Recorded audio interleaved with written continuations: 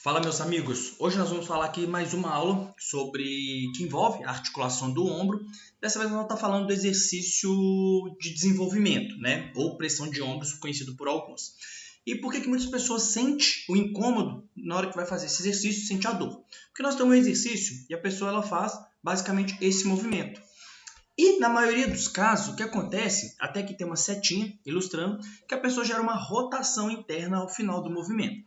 Nós já falamos nos vídeos anteriores sobre a questão do ritmo escapulohumeral. Toda vez que o braço está a 180 graus, a gente tem que respeitar o ritmo escapulohumeral, que é onde a escápula deve se movimentar, então não tem que ficar com a escápula fixa. Eu já vi professores instruindo os alunos a manter a escápula totalmente fechada, retraída, enquanto faz o desenvolvimento. Isso também vai aumentar o impacto aqui na região subacromial, mas o que acontece na maioria dos casos é justamente isso aqui, ó. A pessoa faz uma rotação interna, nessa rotação interna ela gera um atrito ali no espaço subacromial. Então esse atrito é porque diminui o espaço subacromial e como eu já expliquei também nas aulas anteriores, quem não viu pode retornar aqui nas aulas anteriores, que toda vez que eu tenho uma rotação interna, a parte posterior da cabeça do húmero ela é maior, então ela é mais alta e ela vai pressionar essa região.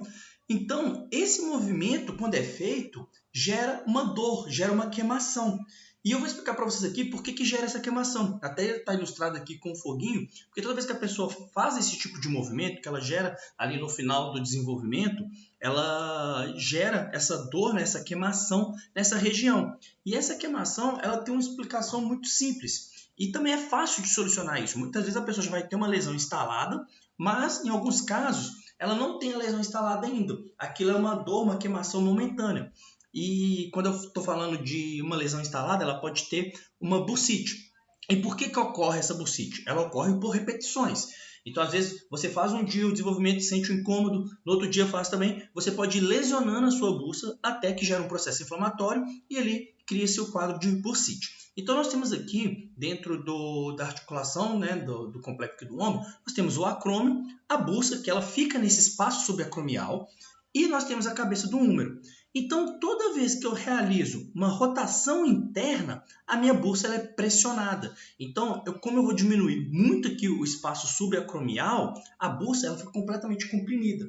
E como o osso vai estar tendo contato aqui, isso vai gerar alguma lesão ali na bursa e que vai ocasionar o processo inflamatório. E esse processo inflamatório que vai causar a dor, muitas vezes a pessoa não vai conseguir fazer até as atividades da vida diária por causa do processo inflamatório. E esse movimento, ele ocorre, eu comecei falando do desenvolvimento de ombro, mas eu já vi também muitas pessoas fazendo o exercício de elevação frontal, ou flexão de ombro, né? Mas nas academias são conhecidos muito como elevação frontal, e no final do movimento realiza a rotação interna, igual está sendo mostrado aqui no vídeo, certo? E já vi, inclusive, da pessoa terminar a flexão de ombro e fazer uma rotação interna no final.